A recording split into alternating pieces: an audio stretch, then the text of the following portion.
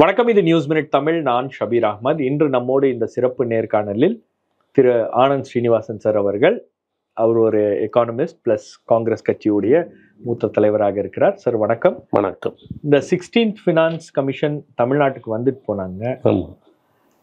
முன்னெப்போதும் இல்லாத அளவுக்கு இந்த 16th ஃபினான்ஸ் கமிஷனுடைய இந்த வருகை அப்படின்றது பெரிய அளவுக்கு ஒரு பேச்சு பொருளாக மாற்றப்பட்டதா அல்லது மாறி இருக்கிறதா? நேச்சுரலாவே 16th ஃபினான்ஸ் கமிஷன் எதுக்காக வராங்க, என்ன பண்ண போறாங்க அப்படின்ற அந்த விவாதங்கள்லாம் வந்து தானா ஆர்கானிக்கா உருவாயிருச்சுன்னு நினைக்கிறீங்களா?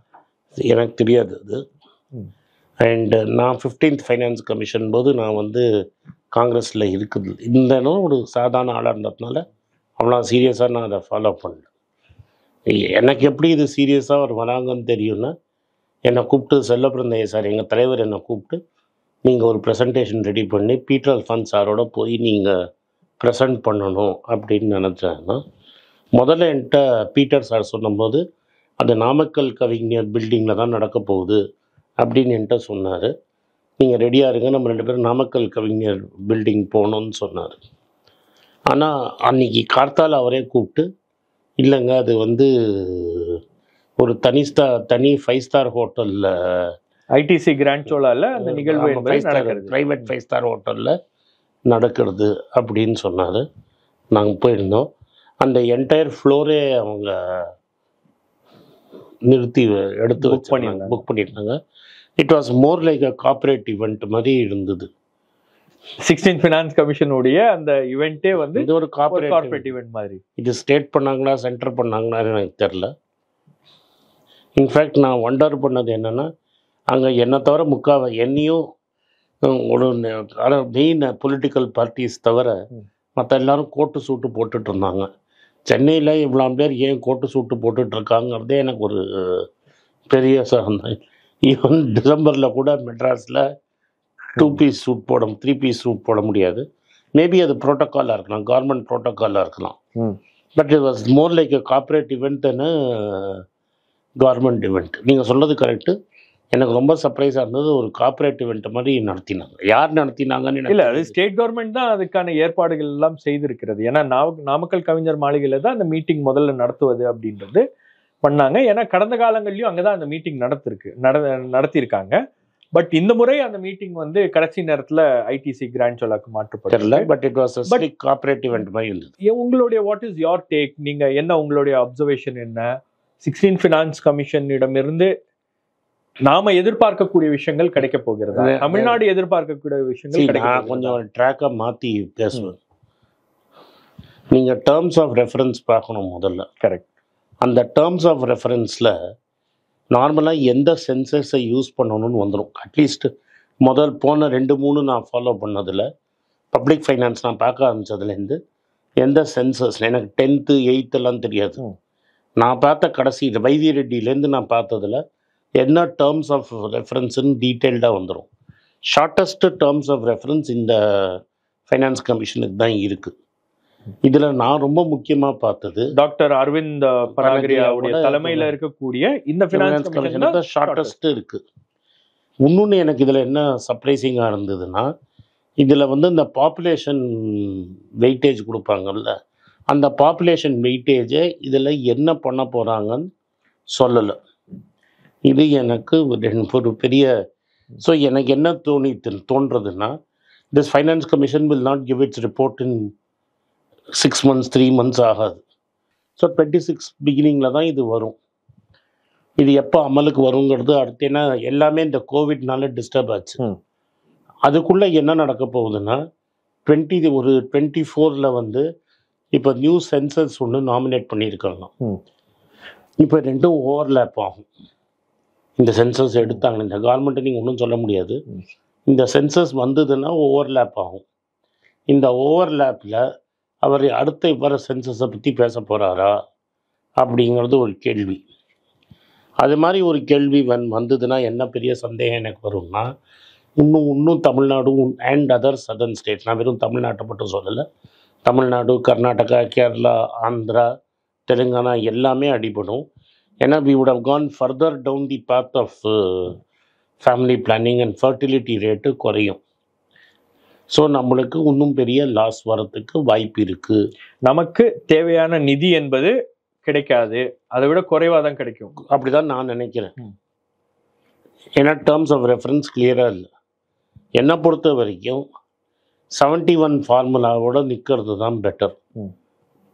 ஏன்னா இந்த what has happen in India வந்து நார்த் இந்தியாவில் வந்து ஃபேமிலி பிளானிங்கை சீரியஸாக எடுக்கலை. நம்ம ஊர்லலாம் சீரியஸாக எடுத்திருக்கோம். ஸோ இந்தியா வந்து 2 பார்ட்ஸாக மாறிடுச்சு.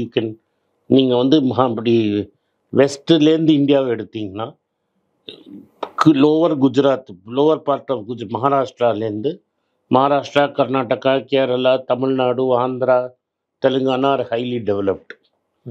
Haryana is developed, north western பார்ட்டில். Parts of Haryana are well developed, which have access to the Delhi இருக்கிறவங்களுக்குலாம் டெல்லி காரிடார் டெவலப், மானசர் அந்த ஏரியாலாம். யூபியில் என்சிஆரில் இருக்கிற ஏரியாலாம் டெவலப்டு. அதை விட்டுட்டிங்கன்னா பஞ்சாபே வந்து அக்ரிகல்ச்சரில் கஷ்டப்பட்டு ஸ்ட்ரகிளிங்.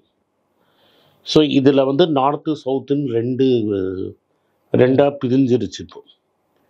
இப்போ என்ன மாதிரி ஆட்களுக்கெல்லாம் என்ன பெரிய டவுட்னா, சவுத்தை இரலவெண்ட் ஆக்குறாங்களோ அப்படிங்கிற ஒரு சந்தேகம் எழுப்புறேன். ஓகே, 2 விஷயங்கள் தொடர்பாக இருக்கலாம். ஒன்று வந்து டீலிமிட்டேஷன் பண்ணாங்கன்னா கூட சவுத் வில் பிகம் இரலவெண்ட். அதே மாதிரி ஃபினான்ஷியலாகவும் சவுத்தை இரலவெண்ட் ஆகிறதுக்கு பார்த்து இருக்கு. I am going more by finance. ஏன்னா இருக்கிற பணம் ரொம்ப கம்மி. ஓகே, ஒரே நிமிஷம் அப்படியே ஸ்டாப் பண்ணுங்க. மக்களுக்கு புரியணும் இந்த ஃபினான்ஸ் கமிஷன் என்ன பண்ணணும். ஆக்சுவலாக ஃபினான்ஸ் கமிஷன் என்ன சொல்லணும்னா, சென்டருக்கு எவ்வளோ பணம் சென்ட்ரல் கலெக்ட் பண்ணுறாங்கல்ல, டேக்ஸ், இன்கம் டேக்ஸ், என்ன டேக்ஸ், ஜிஎஸ்டி, சென்டரோட ஷேரை சென்டருக்கும் ஸ்டேட்டுக்கும் எப்படி பிரித்து கொடுக்கறதுங்கிறது தான் இவங்களோட வேலை, ஃபினான்ஸ் கமிஷனோட வேலை. இதில் என்னன்னா, சென்டர் டேக்ஸ் பண்ணாமே நான் டேக்ஸ் இன்கம்னு இருக்குது. அதை சென்டர் ஆல்ரெடி கொடுக்காம இருக்குது. ஒன்று இந்த டிஸ்இன்வெஸ்ட்மெண்ட்டு, அது மாதிரி ஒன்று பப்ளிக் செக்டர்லேருந்து வர ரெவென்யூ, அப்புறம் இந்த டெலிகாம் லைசன்ஸ் விற்கிற ரெவென்யூ, இதெல்லாம் நம்மளுக்கு இப்போவே ஷேர் கிடையாது. செஸ்ன்னு ஒன்று இருக்குது. மன்மோகன் சிங் காலத்துலேருந்து இப்போது 153% செஸ்ஸை இன்க்ரீஸ் பண்ணியிருக்காங்க. இந்த செஸ்ஸில் வந்து டிவிசபிள் பூல் இல்லாமல் உங்களுக்கு ஷேரே கிடையாது. யாருக்கு? ஸ்டேட்டுக்கு கிடையாது. சென்டராக பார்த்து கொடுக்குற கிராண்ட் தான், அதான் கிராண்ட் இன் எய்டுன்னு சொல்லி அதை ஏற்றிருக்காங்க. ஏன்னா செஸ்ஸை ஏற்றிட்டாங்க. சிஏஜி ரிப்போர்ட் என்ன சொல்லுதுன்னா, செஸ்ஸை தனியாக ஒரு ஃபண்டில் வச்சு நீங்கள் அந்த இதுக்கு தான் ஸ்பெண்ட் பண்ணணுன்னு இருக்குது. இல்லை, அது மாதிரி நடக்கலை. செஸ் பணத்தை வந்து கன்சாலிடேட் ஃபண்ட் ஆஃப் இந்தியாவுக்கு மாற்றிருக்காங்கன்னு சிஏஜி சொல்லுது, ஆடிட்டர் ஜெனரல் சொல்கிறாரு. ஸோ இது என்ன எனக்கு சொல்லுதுன்னா, அவங்களுக்கு வேணுங்கிற இது மாதிரி நடந்ததே கிடையாது. ஒரு ஃபிஸ்க்கு இது மாதிரி நடந்ததே கிடையாது. வாஜ்பாயி பிரைம் மினிஸ்டராக இருந்தபோதோ, இல்லை மொராஜி தேசாய் பிரைம் மினிஸ்டராக இருந்தபோதோ, இல்லை விபி சிங் பிரைம், ஏன்னா நான் காங்கிரஸ்காரனான்னு அதெல்லாம் சொல்லிடுறேன். இவங்கள்லாம் இருந்தபோது கூட இது நடந்தது கிடையாது. Centre playing partial games between state and centre என்னால் நடக்கும்னே நான் இமேஜின் பண்ணி பார்த்ததே கிடையாது. ஸோ அவங்களுக்கு வேணுங்கிற அளவுக்கு ஊருக்களுக்கு செரி பிக் பண்ணி they are giving finance and they are also giving infrastructure. நீங்கள் என்னோட வெல் ட்ராவல்டு இந்தியாவில் யூபியில் பார்த்தீங்கன்னா இருக்கிற ரோட்ஸு நம்மளோட ரோட்ஸோட பெட்டராக இருக்கும் சம்டைம்ஸு. அவ்வளோ எக்கனாமிக் ஆக்டிவிட்டியே யூபியில் கிடையாது, ஆனால் அங்கே ரோட்ஸ் அவ்வளோ இருக்கும். அங்கே வந்து இப்போ இன்னொரு ஏர்போர்ட் ஒன்று பெருசாக வருது. ஸோ எங்கே அவங்க ஜெயிக்கிறாங்களோ அங்கே they are spending lot of money. அவங்கள கடன் வாங்க விடுறது, இன்ஃப்ராஸ்ட்ரக்சர் கட்டுறது, அவங்களுக்கு இன்னும் சப்சிடி கொடுக்கறது, எய்டு கொடுக்கறது, இது எல்லாமே அந்த ஊர்லலாம் நடக்குது. அவங்க இருக்கிற பவரில் இருக்கிற ஊர்லலாம் நடக்குது. எங்கே அவங்களுக்கு ஹோப்பே இல்லைன்னு வைங்க, Kerala, Tamil Nadu, Andhra, now they have tied up with Naidu, இல்லாட்டா அவங்களுக்கு ஹோப் கிடையாது. தெலுங்கானாவில் வந்துடுவாங்கன்னு நினச்சா இந்த வாட்டி படுதோல்வி ஆயிடுச்சு. இந்த மாதிரி ஊர்லெல்லாம் வஞ்சிச்சு தே டோன்ட் கிவ் எனி, தே எப்படியெல்லாம் குறைக்க முடியுமோ குறைச்சிருவாங்க. இந்த மெட்ரோவே அவங்க தான் கொடுத்துருக்கணும்.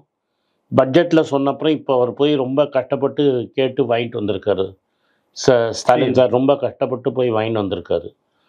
ஸோ ஸ்டேட்டை, இது மாதிரி ஸ்டேட்ஸை வந்து மாற்றாந்தாய் புள்ள மாதிரி பார்க்குறாங்க. It's not only Tamil Nadu, Kerala, Karnataka, Maharashtra, மகாராஷ்டிராவில் depending on who is in power. அவங்களால பவர் வர முடியலன்னொன்னே 2 கட்சியை உடைச்சி பவருக்கு வந்திருக்காங்க. இல்லை, அதானி டின்னர் கொடுப்பாரு முதல்ல.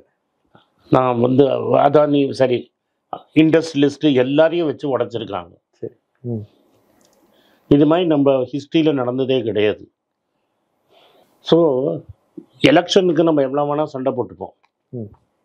ஒன்ஸ் எலெக்ஷன் முடிஞ்சு போயிடுச்சுன்னா it is free and fair. ஒரு ரூல்ஸ் படி தான் எல்லாரும் ஆயிடுவாங்க. இங்கே ரூல்ஸே மாற்றுறாங்க. ஸோ இது மாதிரி இருக்கும்போது it is very very very nervous. It's very, ஏன்னா தமிழ்நாடுக்கு ஒரு தனி requirement. We have 2 problems. 0 to 25 we have maximum population. Old age population also we are having அதிகமாக இருக்குது. என்னை பொறுத்த வரைக்கும் என்ன ஆகுதுன்னா, today south is what is supporting the north. நீங்கள் வந்து ஒரு சாஃப்ட்வேர் இந்தியாவுக்கு வந்து 2 மேஜர் சோர்ஸ் ஆஃப் பணம் வருது. ஒன்று வந்து ஐடி, இன்னொன்று ஃபார்மா, 3வது மேன் பவர் எக்ஸ்போர்ட்டு. இது 3 தான் இந்தியாவுக்கு டாலர் ஏர்னிங்ஸு. இது எல்லாமே சவுத்துலேருந்து தான் வருது. நீங்கள் பெங்களூர், ஹைதராபாத், சென்னை தான் main software centres for India. ஃபார்மானா ஒரு அளவு சின்ன லோக்கல் ப்ரொடக்ஷன் குஜராத், ஹிமாச்சலில் இருந்தாலும் மெயின் எக்ஸ்போர்ட் ஹப் வந்து ஆந்திராலேருந்து தான் பெரிய பெரிய கம்பெனிஸ் இருக்குது. நீங்கள் பார்த்தீங்கன்னா ரெட்டிஸ் தான், டாக்டர் ரெட்டியில் ஆரம்பித்து நாட்கோ ஃபார்மா, இவங்க எல்லாருமே சவுத் பேஸ்டு கம்பெனிஸு. இது 2த்துலேயுமே வந்து உங்களுக்கு சவுத்தோட கான்ட்ரிபியூஷன் இஸ் ஹியூஜ். அதே மாதிரி நீங்கள் கல்ஃபில் வேலை செய்கிறவங்க, கல்ஃப் ஆஃப்ரிக்காவில் வேலை செய்கிறவங்க தான் பணத்தை திரும்பி அனுப்புகிறாங்க. மேக்ஸிமம் பாப்புலேஷன் வந்து கேரளா அண்ட் சவுத் தமிழ்நாடுலேருந்து தான் இங்கே அங்கே போய் பணம். அமெரிக்காவுக்கு எல்லோரும் போகிறாங்க, பட் அமெரிக்கா போகிறவங்க திரும்பி பணம் அனுப்புறதில்லை. ரெமிட்டன்ஸுங்கிறது வருது வந்து இந்த சிங்கப்பூர், மலேசியா, ஆஃப்ரிக்கா, மிடில் ஈஸ்டில் போய் அவங்க தான் அனுப்புகிறாங்க. அதெல்லாம் சவுத்தில் தான் மேக்ஸிமம் பணம். So we are contributing a lot to the economy. நம்ம தான் தூக்கி நிற்க வச்சுருக்கணும் எக்கானமியை. நம்மளுக்கு அதோட ஷேர் திரும்பி வரலைங்கிறது. இந்த ஃபினான்ஸ் கமிஷனில் உங்களுக்கு நம்பிக்கை இல்லையா? அவங்க வந்து ரூல்ஸ் படி தமிழ்நாட்டுக்கோ அல்லது தென்னிந்திய மாநிலங்களுக்கோ எவ்வளவு தொகை வர வேண்டும் அப்படின்றாங்களோ அதை கொடுப்பாங்க அப்படின்ற நம்பிக்கை எனக்கு நம்பிக்கை இல்லை. தமிழ்நாட்டுன்னு நான் சொல்லலை. நீங்கள் திரும்பி we are not discussing தமிழ்நாட்டை நான் டிஸ்கஸ் பண்ணலை. நான் தென்னிந்தியாவே சொல்கிறேன். தென்னிந்தியாவுக்கு கொடுத்த இது வரைக்கும் தென்னிந்தியாவுக்கு என்ன கிடச்சிருக்கு?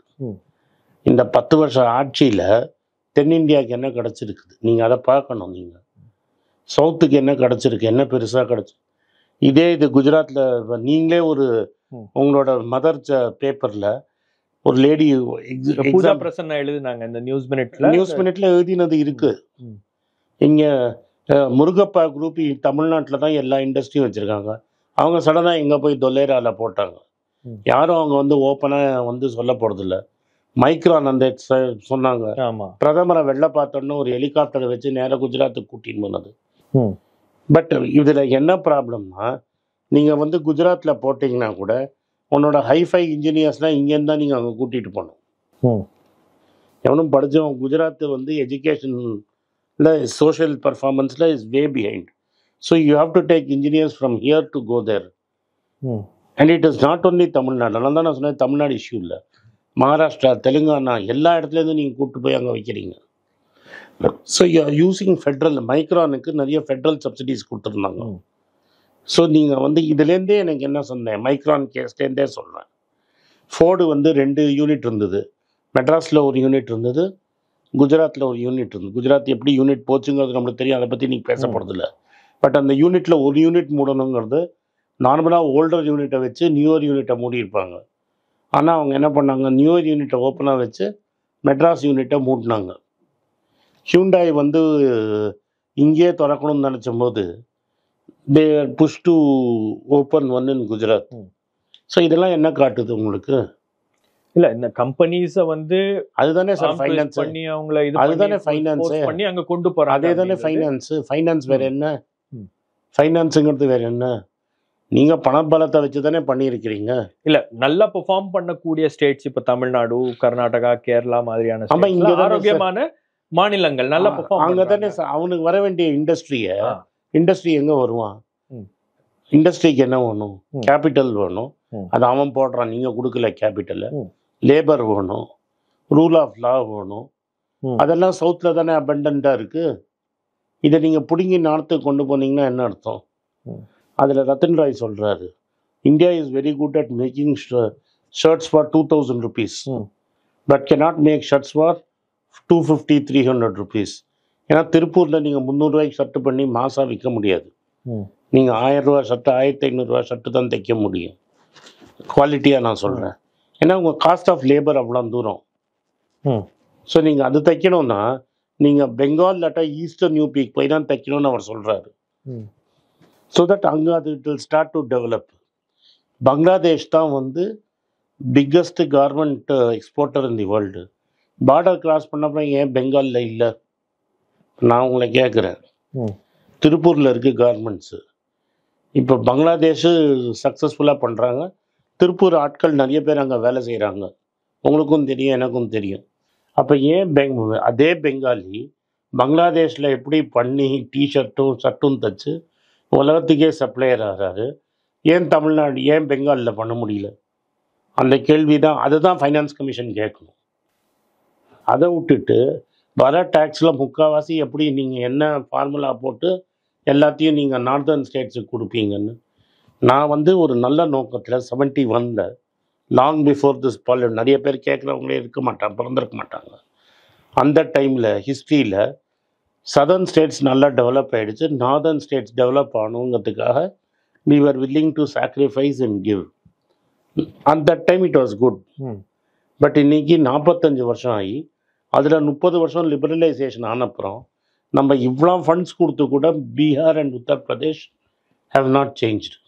So something must be wrong இல்லையா? கரெக்ட். நீங்கள் அவ்வளோ பணம் கொடுத்து கூட சேஞ்ச் ஆகல. அப்போது why are you punishing performing states and rewarding non performers? Okay, இந்த கேள்வி வந்து ஃபினான்ஸ் கமிஷனோட பொலிட்டிக்கல் பார்ட்டி ரெப்ரசன்டேட்டிவ் சந்திக்கும் போது எழுப்பப்பட்டதா? டெஃபினட்டாக நாங்கள் எழுப்பினோம். காங்கிரஸ், சிபிஎம் ஏற்றினோம். Definite Congress, CPI, CPM. In fact even BJP கூட என்ன கேட்டாங்கன்னா 50% வந்து ஸ்டேட்டு கொடுங்கன்னு. எவ்வளவோ மற்றதெல்லாம் பேசினாங்க, அதை இங்கே பேசக்கூடாது, நாகரிகம் தான். பட் நான் என்ன ஒத்துக்கிறேன்னா பிஜேபி 50% கொடுங்க அப்படின்னு கேட்டாங்க. பிஜேபியும் தமிழ்நாட்டுக்காக பேசினாங்க இந்த ஆஸ்பெக்ட்ல. 50% ஸ்டேட்டுக்கு வர வேண்டிய ரெவென்யூல 50% கொடுங்க, ஸ்டேட்டுக்கு 50, சென்டருக்கு 50 அப்படின்னு ஷேர் கொடுங்கன்னு தான் கேட்டாங்க. பிஜேபி கூட கேட்டாங்க. நான் ஏன் இதை சொல்றேன்னா எல்லா கட்சியும் கேட்டாங்க 50-50 பிரிங்கன்னு. எங்க ஹாரிசான்டல்னு ஒன்று இருக்கு. ஆமா, அந்த 50%ல எந்த ஸ்டேட்டுக்கு எவ்வளோ வரணுங்கிறதுல தான் எல்லாருக்கும் டிஃப்ரென்ஸ். அதில் தான் டிஃப்ரென்ஸ் இருந்ததே தவிர 50-50 பிரிக்கணுங்கிறதுல யாருக்குமே டிஃப்ரென்ஸ் கிடையாது. வெர்டிக்கலில் 50-50 தான் எல்லாருமே கேட்டாங்க. நான் வர்டிக்கலில் 50-50 ஃபஸ்ட்டு ஆக்கணும். நாங்கள் என்ன கேட்டோம்னா செஸ்ஸை வந்து நீங்கள் 10% லிமிட் பண்ணுங்க. அதை பின்னாடி சிஎம்மோட ரிலீஸ் ஆனபோது சிஎம் கூட அதை கேட்டிருந்தேன். சிஎம் மெமோரண்டம்ல ஒரு ஸ்பீச்லயும் அதை மென்ஷன் பண்ணியிருக்காரு. நாங்கள் அதுக்கு நான் படிக்கல, அதை நான் கேட்டதை 10% நீங்கள் லிமிட் பண்ணுங்க. 10% நீங்கள் லிமிட் பண்ணலன்னு ஆஃப் டோட்டல் ரெவென்யூ 10% நீங்கள் செஸ்ஸாக வாங்கிக்கோங்க. இதுக்கு மேலே செஸ் போச்சுன்னா நீங்கள் போட்டுக்கோங்க, அதில் எங்களுக்கு ஷேரை கொடுங்க, டிவிசிபிள் ரூலில் கொண்டு வந்துடுங்க. ஓகே, செஸ் போடாதீங்க, போடக்கூடாதுன்னு சொல்கிறதுக்கு இல்லை. ஒரு சாவரினோட ரைட்டே இஸ் ரைட் டு டேக்ஸ். ஒரு டேக்ஸ் போடுறது தான் ஒரு கவர்மெண்ட்டோட ரைட்டு. ஒரு அரசாங்கம் நீங்கள் இருக்கணும்னாலே அது டேக்ஸ் போடுறது தான் அதோட அத்தாரிட்டி. நீங்கள் போட்டுக்கோங்க. அன்பாப்புலர் இருந்தால் நீங்கள் ஓட்டு ஜெயிக்க போகிறதில்ல. ஸோ நீங்கள் வந்து but that should be fairly ஸ்டேட்டுக்கும் நீங்கள் கொடுக்கணும் அப்படிங்கிறது. அதில் ஒரு பங்கு மாநிலங்களுக்கும் அது 50%. நீ எதை எடுத்தாலும் 50-50 ப்ரொவைடட். நீ இதுக்கு மேலே ஏற்றிட்டேன்னா நான் ப்ரைவேட் கான்வர்சேஷன், ஏன்னா நான் பீட்டர் சார் தான் பேசினேன், அவர் தான் சீனியர் லீடர், அவர் தான் பேசுகிறேன். நான் ப்ரைவேட் கான்வர்சேஷனில் அவர்கிட்ட என்ன சொன்னேன்னா, அண்ட் விச் ஐ பிலீவ்ட், இந்த சண்டையெல்லாம் எதனால் வருதுன்னா இந்தியாவோட tax to GDP ratio is very poor for நம்மளோட country of our size. Only 11-12% of GDP we are collecting as tax. That is 100 ரூபா டேர்ன் ஓவர் தான் நம்ம 11 ரூபா தான் கவர்மெண்ட் வாங்குது. That is not at all possible in the country of our size. It has to be at least 15-16% according to me. I am a business man.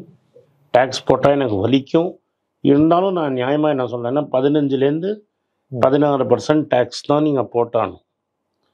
இது private கான்வர்சேஷனில் அவர்கிட்ட பேசுனது. That is 1-to-1 கான்வர்சேஷனில். இன்னொரு விஷயம் நான் என்ன சொன்னேன்னா அவர்கிட்ட, நீங்கள் ஒரு 5 வருஷமாக எக்ஸ்பெரிமெண்ட் ட்ரை பண்ணிட்டீங்கன்னா இட்ஸ் 5 years. அந்த 5 years எக்ஸ்பெரிமெண்ட்டில் நீங்கள் வந்து கார்ப்பரேட்டுக்கு டேக்ஸ் குறைச்சிங்க. எதுக்காக குறைச்சிங்க? அவன் இன்வெஸ்ட் பண்ணுவான், மோர் ஜாப்ஸ் வில் பி கிரியேட்டட், அதனால் வேலை வாய்ப்பு இன்க்ரீஸ் ஆகும் தான் குறைச்சாங்க. நாங்கள்லாம் அன்றைக்கி அப்போஸ் பண்ண நடக்காதுன்னு தெரியும். இன்றைக்கி 5 வருஷம் கழிச்சு நாங்கள் ரைட்டுன்னு ப்ரூவ் ஆகிடுச்சு. இன்வெஸ்ட்மெண்ட் ப்ரைவேட் செக்டர் பண்ண மாட்டேங்கிறான். ஏன்னா அவனுக்கு சேல்ஸ் ஆகலை, டிமாண்ட் இருந்தால் தான் அவன் புது பிளான்ட்டு போடுவான். இப்போ பிரிட்டானியா பிஸ்கெட்டு 10% சேல்ஸ் டவுன்னா பிஸ்கெட் விற்றா தான் பிரிட்டானியா ஃபேக்ட்ரி போடுவான்.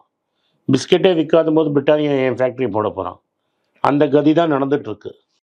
அதனால் வேலை வாய்ப்புங்கிறது இப்போ ரொம்ப எல்லா சர்வேயும் சொல்லுது, லேபர் வேலை வாய்ப்புங்கிறது நம்ம ஊரில் இல்லை அப்படிங்கிறது வருது. கார்ப்பரேட் டேக்ஸுங்கிறது as an experiment that failed.